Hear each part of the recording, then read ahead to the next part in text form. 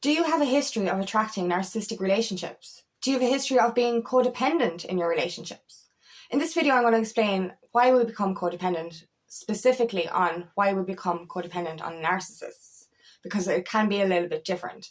It is due to our unhealed trauma, but a narcissist has a need for control as well, so it can be overly intense when we become codependent on them. My name is Angela Cleary and I'm a feminine empowerment coach, and I specialise in healing after narcissistic abuse. So when it comes to codependency, it is due to our unhealed inner child. Because of unhealed trauma from our childhood, our inner child is within us and it's screaming out to be loved. They're screaming out to be loved, looking for that validation and that acceptance that we didn't receive as a child. This leads to us becoming needy, overly needy for love. And I think it's a lot to do with history as well. The way us women especially, we've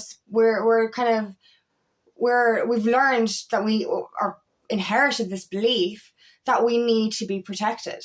Like for so many years, women went for older men because of this need for protection. A man to provide, a man, to be the breadwinner.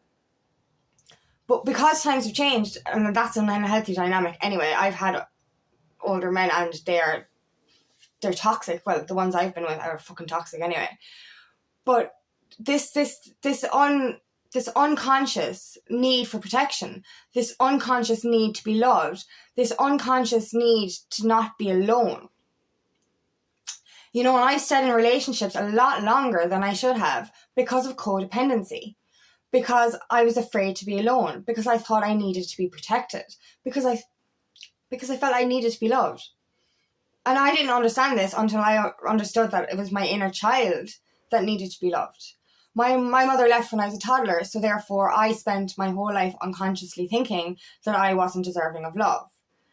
So therefore, this is why I was attracted. I was so codependent in a relationship, but this is why I attracted narcissists. And I didn't realize this until I saw a pattern. I was in an 8-year narcissistic relationship from my early 20s till I was 27, 28. But I only realized after, say, that relationship, I attracted a misogynist that I was with for a year and a half. And then I was like, shit, I have to heal from these. And then I didn't date for a while. And then I attracted another narc. And then I realized my boss that I was about to leave a job. He pushed me out of a job.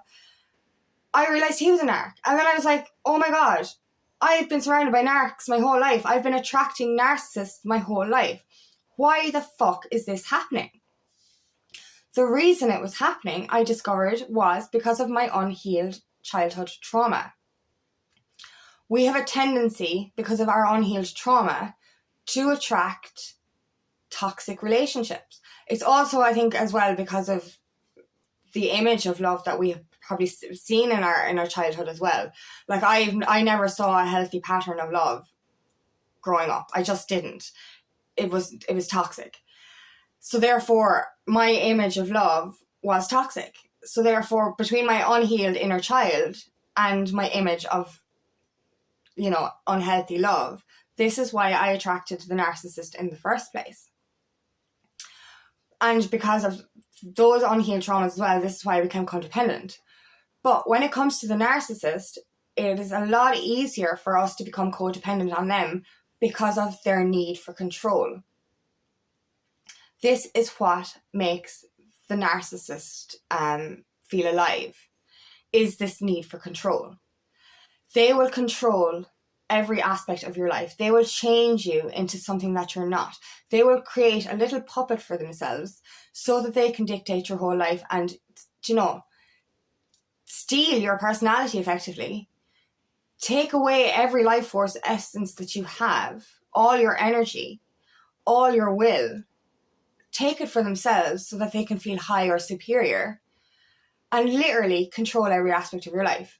Like, for example, in my 8-year narcissistic relationship, when I was at 19 years of age, I was living on my own. I moved out of home at 18. I lived with friends.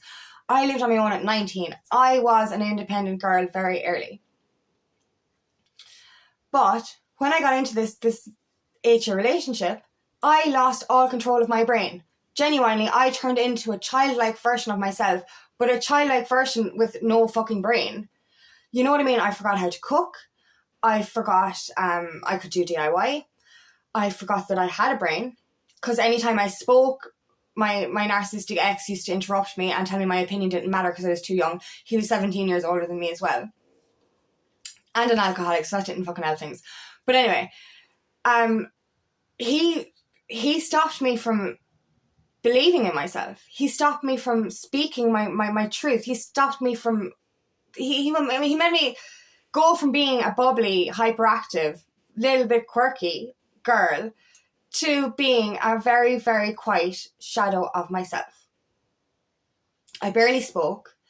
I barely did anything without needing reassurance. You know, I remember even buttering a slice of bread kind of going, Jesus, did I do that okay? Like, do you know, that kind of way?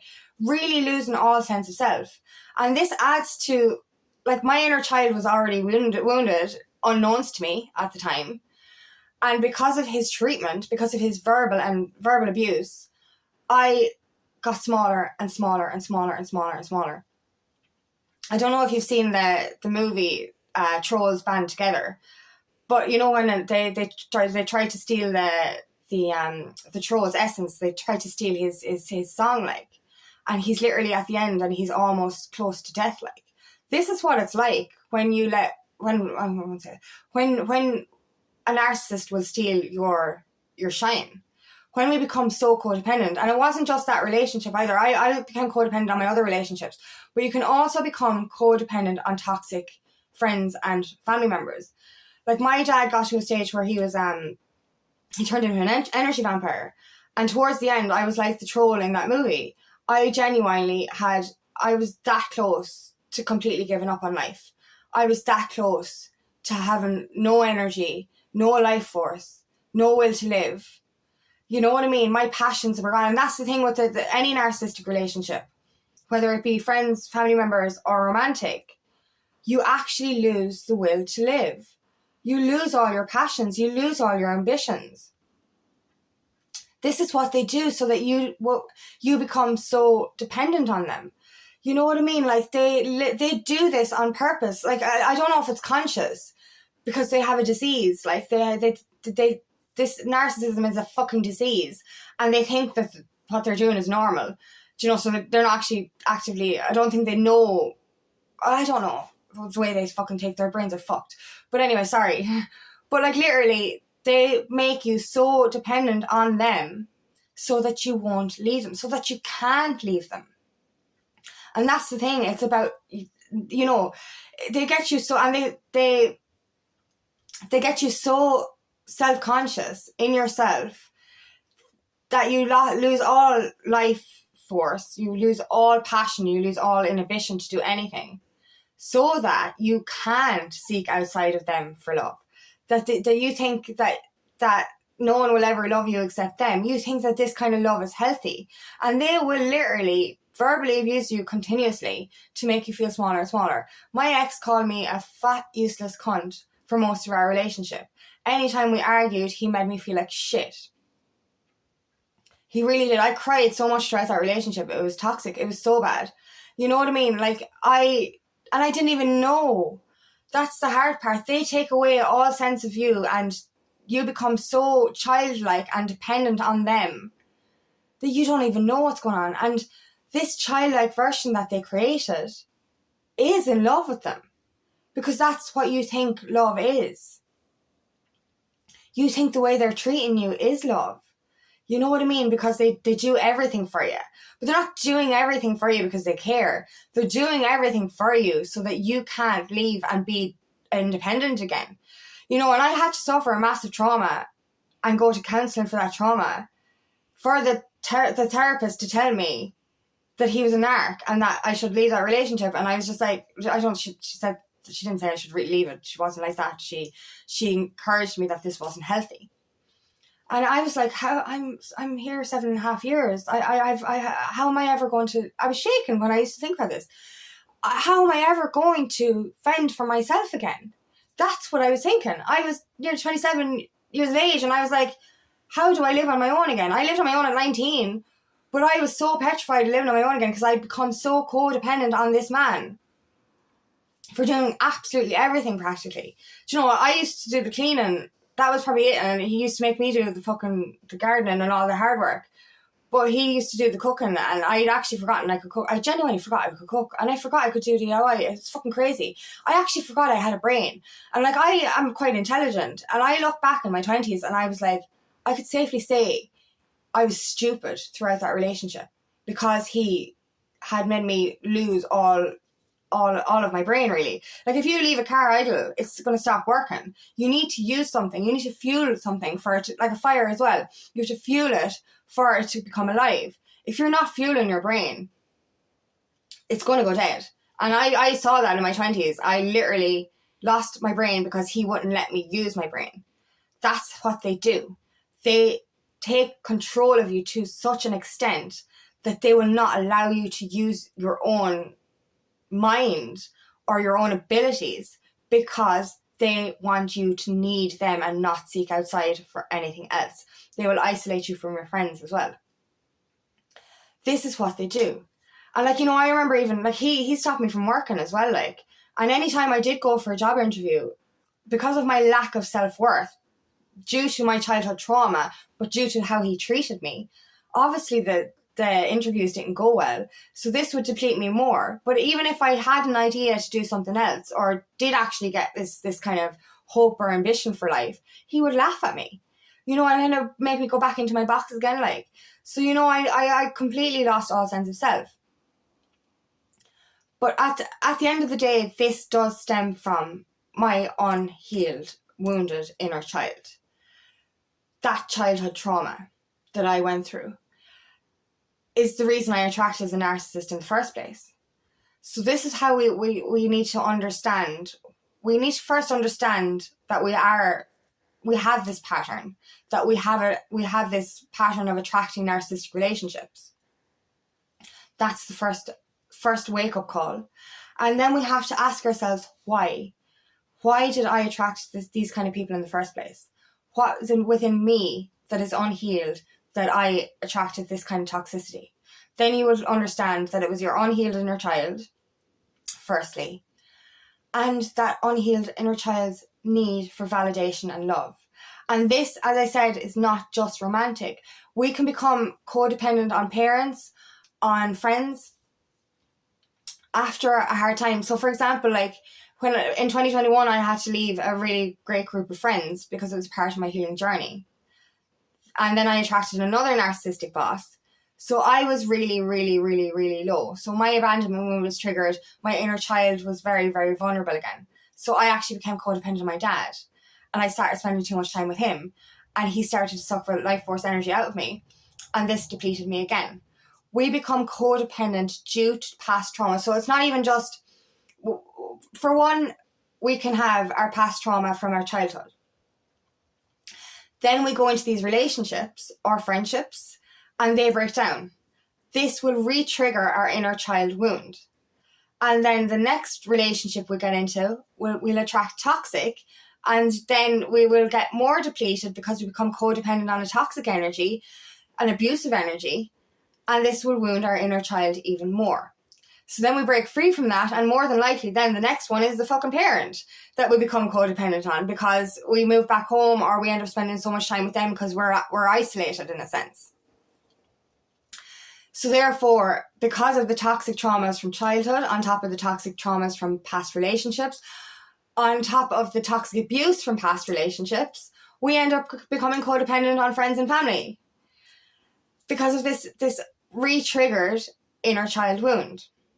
So this is why it's so important, like no matter what kind of a childhood you did have, your inner child will be triggered over and over again because of your rejection and abandonment wound, which will, as I said, would be re-triggered by your relationships, by your friendships, even by work things. Do you know, if we lose a job or if our life goes to shit and we have to, you know, start again, this triggers the abandonment wound as well, the rejection wound as well. This triggers the feeling of unworthiness. So all of this is triggered over and over again. And if we don't face that and if we don't heal it, then it's going to kind of get bigger and bigger and bigger and bigger, like a pressure cooker.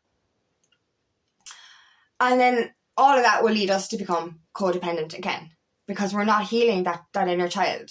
So the way we become independent rather than codependent is to heal the wounds within us, to nurture that inner child within us, to love that inner child within us, and therefore love ourselves, to become so worthy of love, knowing that we're all worthy of love. You are worthy of love.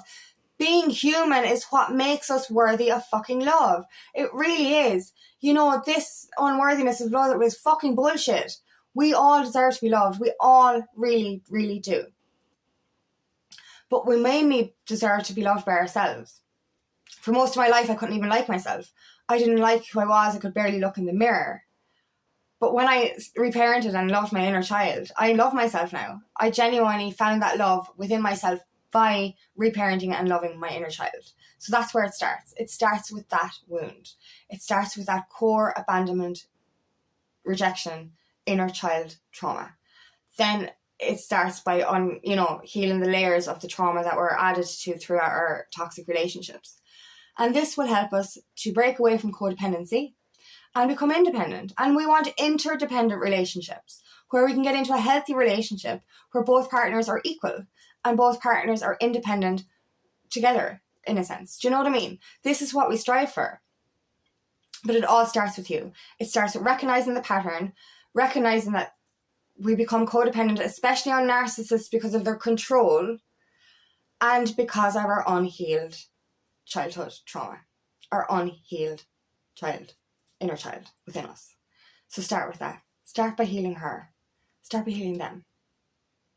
And then the magic happens. Because once you love yourself, you will attract that high vibrational love into your life. Because it's the unworthiness that we feel that makes us attract the toxic relationships or makes us codependent in the first place. So understand it starts from here. It starts with your inner child.